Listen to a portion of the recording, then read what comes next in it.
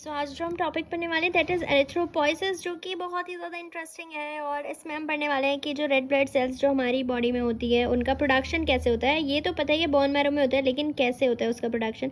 लेकिन उसको जानने से पहले हमें ये जान लेना ज़रूरी है कि उसके प्रोडक्शन में हेल्प कौन कौन करता है। भाई, जब हम अपने डाइट में आयरन लेते हैं, आयरन के सप्लीमेंट्स लेते हैं, या डाइट आप लेते हो आयरन रिच डाइट, या वाइटामिन B12 आप ले रहे हो, वाइटामिन B9 फॉलिक एसिड आप ले रहे हो, इन तीनों का बहुत रोल होता है किसमें, आरबीसी के प्रोडक्शन में। अब रेड ब्लड सेल बनती क्यों है हमारी बॉडी में? ये बनती है अगर आपको ब्लड लॉस की कंडीशन आ जाती है, या फिर ऑक्सीजन की अवेलेबिलिटी कम है, तब आरबीसी का प्रोडक्शन बढ़ जाएगा। एनीमिया हो गया है, या फिर हाइपोक्सिया हो गया है। हाइपोक्सिया होता है जब जो ऑक्सीजन होती है वो कम जा रही हो आपके टिश्यूज़ में, उसकी कम डिलीवरी हो रही हो टिश्यूज़ में। तो सबसे पहले ना इनका एब्जॉर्प्शन भी एक बार देख लेते हैं, क्योंकि और ज़्यादा बेसिक अंडरस्टैंडिंग अच्छी हो जाएगी। तो देखो, आयरन जो आप लेते हो ना डाइट में, वो Fe3+ फॉर्म में आप ले रहे हो। आयरन आपके स्टमक में जाता है, स्टमक के थ्रू आपके स्मॉल इंटेस्टाइन में जाएगा। स्मॉल इंटेस्टाइन का जो ड्यूडेनम वाला पार्ट होता है ना, ड्यूडेनम वाले पार्ट में इसका एब्जॉर्प्शन होता है। अब आयरन जो है Fe3+ फॉर्म में आपके ड्यूडेनम में आ चुका है। अब जो हमारे ड्यूडेनम की जो सेल्स होती है ना, वो जो सेल्स होती है ड्यूडेनम वाली जो सेल है, उसको हमने जूम करके दिखाया हुआ है। अब उसकी सेल की दो मेम्ब्रेन होंगी। एक जो मेम्ब्रेन, जो पार्ट उस सेल का जो ड्यूडेनम वाली साइड होगा ना, उस वाली मेम्ब्रेन को बोलेंगे एपिकल मेम्ब्रेन। एंड जो ब्लड वाले साइड रहेगी, इस सेल की जो मेम्ब्रेन ब्लड वाले साइड रहेगी, उसको हम बोलेंगे बेसोलेटरल मेम्ब्रेन। तो मैं तो ऐसे याद रखती हूँ कि बी से ब्लड हो गया, एंड बी से बेसोलेटरल मेम्ब्रेन जो है वो ब्लड वाली साइड हो गई। तो ये जो ड्यूडेनम की सेल है, इसमें कैसे एब्जॉर्प्शन हो रहा है, आयरन आपने लिया है Fe3+ फॉर्म में लिया आयरन। अब इसकी जो एपिकल मेम्ब्रेन होती है ना, ये वाली जो मेम्ब्रेन है, यहाँ पे ये डी साइटोक्रोम बी एक एंजाइम प्रेजेंट होता है, मेम्ब्रेन पे प्रेजेंट होता है, एपिकल मेम्ब्रेन पे। ये क्या करता है, Fe3+ फॉर्म को रिड्यूस कर देगा Fe2+ फॉर्म में। अब ये जो Fe2+ फॉर्म होती है ना, ये इस सेल के अंदर एब्जॉर्ब होती है किसके through, divalent metal transporter 1 DMT1, जो कि हाइड्रोजन आयन को भी अंदर भेज रहा है। हाइड्रोजन आयन के साथ साथ ये जो आयरन है Fe2+ फॉर्म में सेल के अंदर जाएगा। देखो, ले आप किस में रहे हो, Fe3+ फॉर्म में, बट सेल के अंदर कैसे जा रहा है, Fe2+, क्योंकि ये जो डी साइटोक्रोम बी है, जो कि एक फेरो रिडक्टेज एंजाइम होता है, ये इसको रिड्यूस कर देता है Fe2+ फॉर्म में। तो अब ये आपकी सेल के अंदर चला गया Fe2+ फॉर्म में। अब इस सेल के अंदर फेरेटिन प्रोटीन होता है, एपोफेरेटिन होता है। एपोफेरेटिन में जैसे ये आयरन आके बाइंड करेगा, ये फेरेटिन बन जाता है Fe2+ फॉर्म में। यानी कि फेरेटिन एक प्रोटीन है जो कि इस सेल के अंदर होता है, फेरेटिन प्रोटीन, जो आयरन को स्टोर करने के काम आता है। ठीक है, तो ये आयरन को स्टोर करता है Fe2+ फॉर्म में। तो ये जो फेरेटिन होते हैं ना, ये पॉलीमर भी बना लेते हैं। बहुत सारे फेरेटिन मिल जाएंगे, जिसको हम बोलते हैं हीमोसाइड्रिन। हीमोसाइड्रिन जो है बेसिकली पॉलीमर होते हैं फेरेटिन के, और फेरेटिन के अंदर आयरन स्टोर होके रखते हैं Fe2+। अब यहाँ से जो आयरन है वो बाहर जाते हैं किसके थ्रू, फेरोपोर्टिन के थ्रू। आयरन बाहर जाएगा। फेरोपोर्टिन एक ट्रांसपोर्टर होता है, मेम्ब्रेन पे प्रेजेंट होता है, बेसोलेटरल मेम्ब्रेन पे मेम्ब्रेनस ट्रांसपोर्टर होता है फेरोपोर्टिन। अब इसके थ्रू ये जो आयरन है Fe2+ फॉर्म में बाहर जाएगा। Fe2+ फॉर्म में जैसे ही सेल से बाहर निकलेगा, यहाँ पे मेम्ब्रेन पे हिपैस्टिन प्रेजेंट होता है। हिपैस्टिन क्या करता है, हिपैस्टिन जो होता है आयरन को वापस से Fe3+ फॉर्म में कन्वर्ट कर देगा। अब जो ब्लड के अंदर आयरन आ गया है वो Fe3+ फॉर्म में आ गया है, और ब्लड के अंदर जो होता है ट्रांसफेरिन। सो ब्लड के अंदर Fe3+ किससे बाइंड है, ट्रांसफेरिन से ही। ट्रांसफेरिन से बाइंड होता है ब्लड के अंदर Fe3+ फॉर्म में आयरन। तो ये प्रोटीन के नाम जो है ना, इनमें कंफ्यूजन रहता है कि फेरेटिन क्या होता है, ये आयरन को स्टोर करके रखता है और ये सेल के अंदर होता है। फेरोपोर्टिन तो एक मेम्ब्रेनस ट्रांसपोर्टर होता है, और ट्रांसफेरिन ब्लड के अंदर होता है। ब्लड के अंदर आयरन बाइंड करता है और ब्लड के अंदर यही ट्रांसपोर्ट कराता है, ट्रांसफेरिन। सो ट्रांसफेरिन जो होता है, यहाँ से जहाँ जहाँ ज़रूरत है आयरन को लेके जाएगा। लीवर के अंदर भी आयरन स्टोर होकर रहता है, लेकिन लीवर की जो सेल होती है ना, हिपैटोसाइट, वहाँ से एक और प्रोटीन बनता है, हेप्सिडिन। देखो, हेप्सिडिन का क्या काम है, हेप्सिडिन जो है इस फेरोपोर्टिन को ब्लॉक करने का काम है। अब देखो, आप आयरन रिच डाइट खा रहे हो, अब अगर आप ज़्यादा आयरन ले रहे हो, ज़रूरी थोड़ी है ब्लड में भी ज़्यादा आयरन ही जाएगा और ब्लड एब्जॉर्ब ही करता जाएगा, आयरन जाता ही जाएगा। नहीं ना, एक लिमिट तक जाएगा। जब आपकी बॉडी में सफिशिएंट आयरन प्रेजेंट होता है, तो लीवर जो है हेप्सिडिन रिलीज करता है। ये हेप्सिडिन फेरोपोर्टिन को ब्लॉक कर देगा, और फिर जब सफिशिएंट आयरन होगा तो ज़्यादा आयरन जो है वो ब्लड में एब्जॉर्ब नहीं होगा। लेकिन एक और प्रोटीन लीवर पे प्रेजेंट होता है, HFE प्रोटीन, जो कि इसको रेगुलेट करता है, हेप्सिडिन को। किसी किसी इंसान में में ये कंडीशन हो जाती है कि मान लो ये प्रोटीन म्यूटेट हो गया, HFE प्रोटीन, तो हेप्सिडिन भी नहीं अच्छे से बनेगा, और मान लो उसके अंदर हेप्सिडिन नहीं बन रहा है अच्छे से, तो फेरोपोर्टिन तो ब्लॉक ही नहीं होगा। तो यानी कि अगर आयरन जो है उसका एब्जॉर्प्शन कभी बंद ही नहीं होगा, आयरन जो है वो ब्लड में इतना ज़्यादा इकट्ठा हो जाएगा और ब्लड के अंदर आयरन का एक्यूमुलेशन हो जाता है। तो बहुत सारी ऐसी कंडीशन होती है। तो बस ये याद रखना है कि ट्रांसफेरिन कहाँ होता है, फेरोपोर्टिन का क्या काम है, फेरिटिन क्या होता है, एंड कौन सा एंजाइम जो है वो एपिकल पे प्रेजेंट है, कौन सा बेसोलेटरल पे प्रेजेंट है। तो ये था आयरन का एब्जॉर्प्शन। ऐसे ही जो B9 होता है ना, इसका भी सेम ऐसे एब्जॉर्प्शन होता है, ये भी ड्यूडेनम में ही यहाँ पे एब्जॉर्ब हो जाएगा, फॉलिक एसिड और B9 भी ब्लड में चला जाएगा एब्जॉर्ब होके। अब हम देखते हैं जो B12 है उसका एब्जॉर्प्शन कैसे होता है। देखो, विटामिन B12 का एब्जॉर्प्शन होगा, आपके जो स्टमक होता है उसके अंदर पैराइटल सेल्स होती है, तो स्टमक की जो पैराइटल सेल्स है वो रिलीज करती है इंट्रिंसिक फैक्टर। ये इंट्रिंसिक फैक्टर विटामिन B12 से बाइंड होकर रखता है। अब जो विटामिन B12 है वो ड्यूडेनम से होता हुआ जाएगा, ड्यूडेनम के बाद जाएगा जीजनम से, देन जीजनम के बाद जो है वो आ जाता है इलियम पे, स्मॉल इंटेस्टाइन का जो लास्ट पार्ट होता है इलियम। अब यहाँ पे इलियम की जो सेल्स होती है ना, इलियम की सेल्स ये हमने जूम करके दिखाई है, इलियम की सेल पे रिसेप्टर होते हैं, इंट्रिंसिक फैक्टर इस रिसेप्टर से बाइंड करेगा इलियम की सेल पे, एंड विटामिन B12 जो है वो रिसेप्टर मीडिएटेड एंडोसाइटोसिस के थ्रू अंदर चला जाएगा सेल के। अब रिसेप्टर मीडिएटेड एंडोसाइटोसिस के थ्रू विटामिन B12 अंदर चला गया है, एंड अब देखो विटामिन B12 जो है यहाँ से ब्लड के अंदर एंट्री कर जाएगा। ब्लड के अंदर जाते ही विटामिन B12 जो है वो ट्रांसकोबैलेमिन 1 और 2 से बाइंड करता है, जो कि एक ट्रांसपोर्टर प्रोटीन होता है। सो ब्लड के अंदर विटामिन B12 किससे बाइंड करता है, ट्रांसकोबैलेमिन 1 और 2। और इसका एंट्री कैसे हो रहा है इलियम की सेल में, रिसेप्टर मीडिएटेड एंडोसाइटोसिस, इसको डिटेल में हम बाद में देखेंगे। तो अभी फिलहाल इतना ही याद रखना है। अब जो हमारे ब्लड है उसके अंदर विटामिन B12 आ गया है, B9 हमने ले लिया है, हमने आयरन ले लिया है। अब हमें आरबीसी का प्रोडक्शन देखना है कि कैसे ये सारी चीज़ें आरबीसी के प्रोडक्शन में हेल्प करती हैं।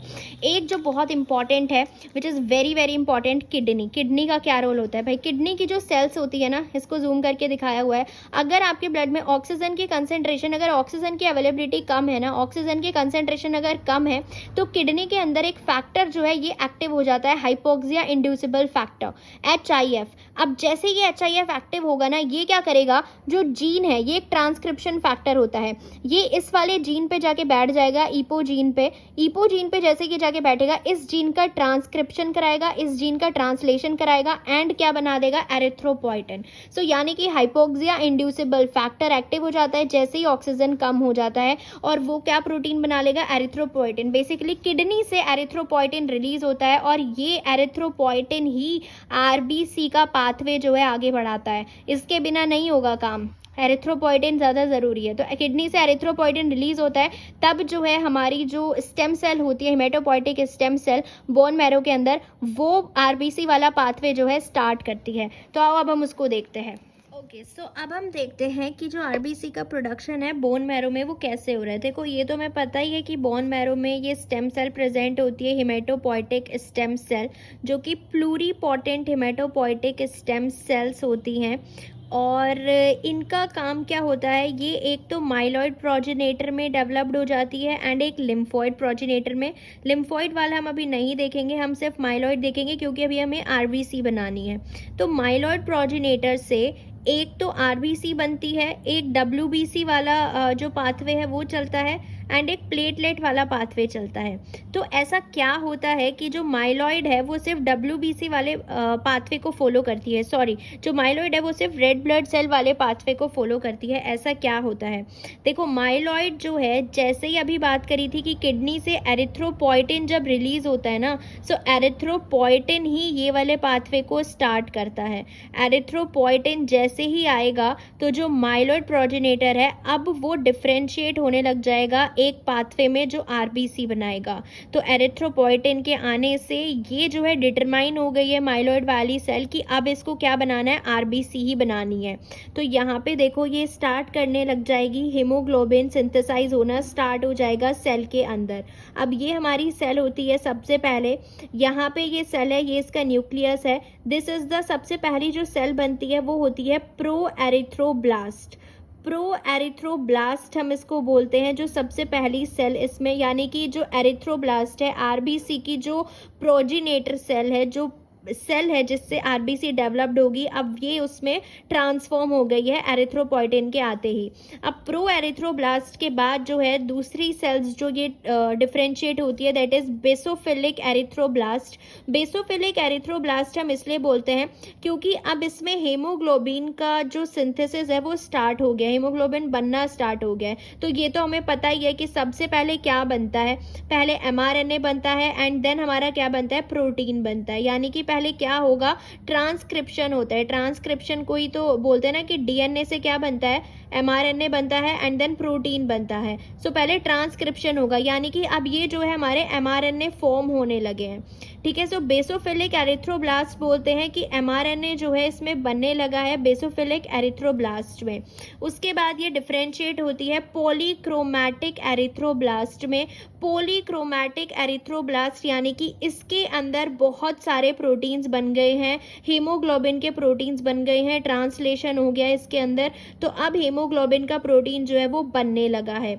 इसके बाद ये पॉलीक्रोमैटिक एरिथ्रोब्लास्ट जो है ये डिफरेंशिएट हो जाती है किसमें, ऑर्थोक्रोमैटिक एरिथ्रोब्लास्ट। ऑर्थोक्रोमैटिक एरिथ्रोब्लास्ट हम इसलिए बोलते हैं कि इसके अंदर अब सिर्फ और सिर्फ हीमोग्लोबिन का जो प्रोटीन है सिर्फ वो ही प्रेजेंट है।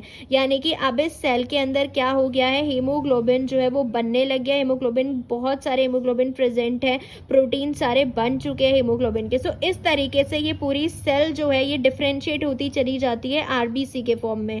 अब ये देखो इस सेल के बाद क्या होगा, जो ये ऑर्थोक्रोमैटिक एरिथ्रोब्लास्ट बनी है, इसके बाद इसके अंदर से ये जितना भी न्यूक्लियस है ना, एज वेल एज माइटोकॉन्ड्रिया या जितने भी ऑर्गेनल्स होते हैं, ये सब के सब यहाँ से बाहर चले जाएंगे एंड इसका जो न्यूक्लियस है वो कंडेंस होना स्टार्ट हो जाएगा। यानी कि इसके अंदर बहुत सारे हीमोग्लोबिन आ गए हैं। ऑर्थोक्रोमैटिक एरिथ्रोब्लास्ट हम बोलते हैं, इसका जो न्यूक्लियस है ना वो भी कंडेंस होना स्टार्ट हो जाता है एंड धीरे धीरे इससे जो न्यूक्लियस है एंड जो ऑर्गेनल्स हैं वो सब बाहर आ जाते हैं। न्यूक्लियस एंड ऑर्गेनल्स जो है वो सेल रिलीज कर देंगी, मैक्रोफेजेस आके उनको जो है डिस्ट्रॉय कर देते हैं। उसके बाद तो न्यूक्लियस यहाँ से निकल गया है एंड देन जितने भी ऑर्गेनल्स होते हैं, इवन माइटोकॉन्ड्रिया भी यहाँ से बाहर निकल जाता है एंड उसके बाद ये जो सेल है ऑर्थोक्रोमैटिक एरिथ्रोब्लास्ट जो सेल है इसको पुश आउट कर देते हैं कहाँ पे, ब्लड में। तो ब्लड में जाके इसको हम बोलते हैं रेटिक्यूलोसाइट। ठीक है, इसको हम क्या बोल रहे हैं, रेटिक्यूलोसाइट। अब ये जो रेटिक्यूलोसाइट है ना ये मैच्योर हो जाती है एंड ये अपनी शेप में आ जाती है, जिसको हम बोलते हैं मैच्योर एरिथ्रोसाइट्स और जिसको हम अपनी आरबीसी बोलते हैं। तो रेटिक्यूलोसाइट से ये एक मैच्योर एरिथ्रोसाइट्स फॉर्म हो जाती है, ये मैच्योर हो जाती है रेटिक्यूलोसाइट ब्लड में आके एंड हमारी जो आरबीसी है वो डेवलप्ड हो जाएगी। तो ये पूरा जो प्रोसेस है इस तरीके से जो आरबीसी है वो डेवलप्ड होती है और जो हमारी नई आरबीसी, जो मैच्योर आरबीसी होती है, ना उसके अंदर न्यूक्लियस होता है, ना उसके अंदर ऑर्गेनल्स होती है, ना ही माइटोकॉन्ड्रिया होता है। अब हमने इनका एब्जॉर्प्शन देखा था कि भाई B12 और B9 का क्या काम है, इनको डीएनए मैच्योरेशन के लिए चाहिए, क्योंकि यहाँ पे जब हमने देखा कि डीएनए जो है वो कंडेंस होना स्टार्ट हो जाता है, डीएनए कंडेंसेशन में हेल्प करता है vitamin B12 and vitamin B9, they are needed for DNA maturation में। और ऐसे ही अगर इनकी डेफिशिएंसी हो जाती है, मान लो कि विटामिन B12 और विटामिन B9 की अगर डेफिशिएंसी हो जाएगी तो डीएनए तो मैच्योर नहीं होगा ना, उसके अंदर डीएनए प्रेजेंट होगा, यानी कि आरबीसी का साइज जो है वो सुपर ह्यूज होगा, बड़े साइज की आरबीसी बन जाएंगी, जिसको हम बोलते हैं मैक्रोसाइटिक और मेगैलोब्लास्टिक एनीमिया। यानी कि इनकी डेफिशिएंसी से जो एनीमिया हो जाता है वो हो जाता है मैक्रोसाइटिक या मेगैलोब्लास्टिक एनीमिया, क्योंकि आरबीसी का साइज ह्यूज हो जाएगा, डीएनए मैच्योर नहीं होगा तो साइज बड़ा होगा। अब हम आयरन का देख लेते हैं कि भाई आयरन का क्या यूज है। अब अगर आयरन हम ले रहे हैं, अगर आयरन नहीं होगा, क्योंकि हीमोग्लोबिन जो होता है, आप अगर उसका स्ट्रक्चर देखोगे, आयरन तो उसमें बहुत ज़रूरी होता है, तो अगर आयरन नहीं होगा तो हीमोग्लोबिन ही नहीं बन पाएगा। सो अगर आयरन नहीं होगा, कोई हीमोग्लोबिन नहीं होगा, तो स्मॉल साइज की आरबीसीज होंगी। तो अगर आयरन की डेफिशिएंसी से जो एनीमिया होता है उसको हम बोलते हैं माइक्रोसाइटिक एनीमिया, क्योंकि आरबीसी का साइज जो है वो छोटा हो जाता है। तो ये था और की आयरन का, विटामिन B12, B9 का क्या रोल होता है इस पूरे प्रोसेस में, हमने इनका एब्जॉर्प्शन भी देख लिया है, एज वेल एज ये पूरा प्रोसेस जो है वो कैसे बन रहा है, आरबीसी कैसे ब्लड में आ रही है बन के, एंड बोन मैरो के अंदर कैसे पूरा डेवलपमेंट हो रहा है, आरबीसी के अंदर हीमोग्लोबिन बन रहे हैं, न्यूक्लियस बाहर आ रहा है कंडेंस होके, माइटोकॉन्ड्रिया ऑर्गेनल सब बाहर आ रहे हैं. So this is all about the production of RBCs. ये ओवरव्यू देख लेते हैं आरबीसी एरिथ्रोसाइट्स के बारे में. एरिथ्रोपोइसिस होता है आरबीसी का प्रोडक्शन, जो रेड बोन मैरो में पूरा प्रोसेस हमने देख लिया है. सबसे ज़्यादा ये सेल्स प्रेजेंट होती है, इनकी शेप बाई कॉनकेव थी जो मेच्योर होके बनी थी, एंड मेच्योर जो सेल्स होती है उसमें न्यूक्लियस नहीं होता है, ई न्यूक्लिएटेड रहती हैं, एक्सेप्ट कैमल एंड लामा को छोड़ के. कैमल और लामा में जो आरबीसी है वो न्यूक्लिएटेड रहती हैं. इनका जो सर्कुलेशन होता है 120 डेज. ग्रेवयार्ड जहाँ पे ये डिस्ट्रॉय होती हैं वो स्प्लीन होता है. मेन फंक्शन जो होता है आरबीसी का वो ऑक्सीजन ट्रांसपोर्ट या गैसियस ट्रांसपोर्ट करना, एंड ब्लड में ये एंटर करती हैं अपने मैच्योरेशन फेज में ही, यानी कि इनके अंदर कोई न्यूक्लियस नहीं होगा. देखो जैसे ये हम एक सेल ले रहे हैं अभी एक, जिसके अंदर न्यूक्लियस भी है, यार है, गोल्जी है, माइटोकॉन्ड्रिया है. सो आरबीसी होती एक नॉर्मल यूकैरियोटिक सेल है, बट जो हमने पूरा प्रोसेस देखा है ना, धीरे धीरे इसके अंदर से सब कुछ खत्म हो जाता है, सिर्फ इसके अंदर क्या बचता है, हीमोग्लोबिन, ताकि हम ज़्यादा से ज़्यादा ऑक्सीजन डिलीवर कर सके. यही तो मेन मोटिव होता है ना मैच्योर आरबीसी में, कि हमें फालतू में जगह वेस्ट नहीं करनी है, सारी की सारी जगह जो है वो हीमोग्लोबिन को देनी है, ताकि ज़्यादा स्पेस रहे, ज़्यादा हीमोग्लोबिन होगा, ज़्यादा ऑक्सीजन जो है वो डिलीवर हो जाएगी. और स्प्लीन में डिस्ट्रक्शन होता है इसका आरबीसी का. ये देखो कि मैच्योर आरबीसी में माइटोकॉन्ड्रिया नहीं होता है. इसका कारण क्या है? मेनली माइटोकॉन्ड्रिया में जो ऑक्सीजन जो है वो यूज़ करी जाती है एटीपी फॉर्मेशन के लिए, क्योंकि माइटोकॉन्ड्रिया के अंदर इलेक्ट्रॉन ट्रांसपोर्ट चेन वाली साइकिल पूरी चलती है जिसमें ऑक्सीजन का यूज़ होता है, एंड वहाँ पे जो है हमारी एटीपी फॉर्मेशन होती है. तो हम नहीं चाहते कि जो ऑक्सीजन हम डिलीवर करनी है हमको टिश्यू में वो कहीं और यूज़ हो, तो इसलिए आरबीसी से माइटोकॉन्ड्रिया भी रिमूव कर दिया जाता है, न्यूक्लियस भी रिमूव कर दिया जाता है, एंड पूरी आरबीसी जो है वो सिर्फ और सिर्फ हीमोग्लोबिन से भर दी जाती है. इसलिए जो मेच्योर आरबीसीज है उसके अंदर कोई माइटोकॉन्ड्रिया नहीं होता है, एंड ऑक्सीजन ट्रांसपोर्ट ज़्यादा एफिशिएंट होता है. और ये पूरा प्रोसेस हमने पढ़ लिया है कि कैसे जो माइलॉइड प्रोजेनेटर सेल है एरिथ्रोपोइटिन, ये पूरा प्रोसेस स्टार्ट करता है. रेटिकुलोसाइट से जो सेल है वो मेच्योर हो जाती है, पूरी आरबीसीज अपने पूरे मेच्योर स्टेट में आ जाती है, जिसमें ना न्यूक्लियस है और ना ही माइटोकॉन्ड्रिया है. और ऐसे ही जो आरबीसीज का अगर कंसंट्रेशन कम हो जाता है उसको हम एरिथ्रोपीनिया, एनीमिया भी बोलते हैं, एंड अगर आरबीसी का कंसंट्रेशन ज़्यादा हो जाता है तो उसको हम पॉलीसाइथीमिया बोलते हैं. So this is all about RBCs. एक और इसमें ग्राफ इम्पॉर्टेंट होता है. जैसे ही हम देखते हैं कि आरबीसी का जो प्रोडक्शन होता है ना वो बर्थ के बाद एकदम बर्थ से पहले ही स्टार्ट हो चुका होता है आरबीसी का प्रोडक्शन, तो वो पूरा हम हेमेटोपोइसिस में देख चुके हैं. लेकिन अप टू 5 ईयर्स जो जितने भी बॉन्ड्स हैं ना, सारे बॉन्ड्स में 100% आरबीसी का प्रोडक्शन होता है up to 5 years. And then beyond 5 years, 5 साल से बाद, टिल 20 to 25 ईयर्स जो लॉन्ग बॉन्ड्स होते हैं ना वहाँ पे आरबीसी का प्रोडक्शन जो है वो ज़ीरो हो जाता है लॉन्ग बॉन्ड्स में. तो इस ग्राफ में देखो जो आरबीसी का प्रोडक्शन है 5 ईयर तक जो आरबीसी का प्रोडक्शन है वो मैक्सिमम है. उसके बाद 20 से 30 ईयर तक जो टीबिया है, यानी कि लॉन्ग बोन्स जो हमारी होती है बियॉन्ड 35 ईयर जो हमारी लॉन्ग बोन्स होती हैं, टीबिया एंड फीमर, इसके अंदर आरबीसी का प्रोडक्शन एकदम से कम हो जाता है. यहाँ पे 20 to 25 ईयर टीबिया और फीमर के अंदर आरबीसी का प्रोडक्शन कम हो जाता है.